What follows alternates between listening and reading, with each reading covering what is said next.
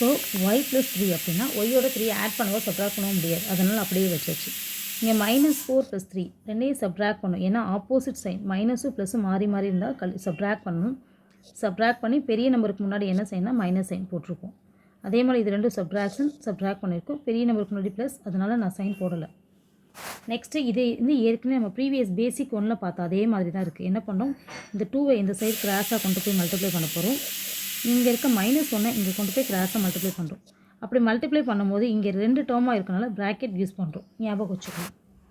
So உள்ள கூட inner multiplication பண்ணால் 2 × y 2y 2 × 3 6 -x + 5 எல்லாத்தையும் ஒரே சைடு கொண்டு வரோம். -x + x மாறிடும். 2y + 6 +5 இந்த பக்கம் வரப்போ -5ன்னு மாறிடும். x + 2y + 1 = 0. ஸோ இதே மாதிரி சம்மை சால்வ் பண்ணி ஆன்சர்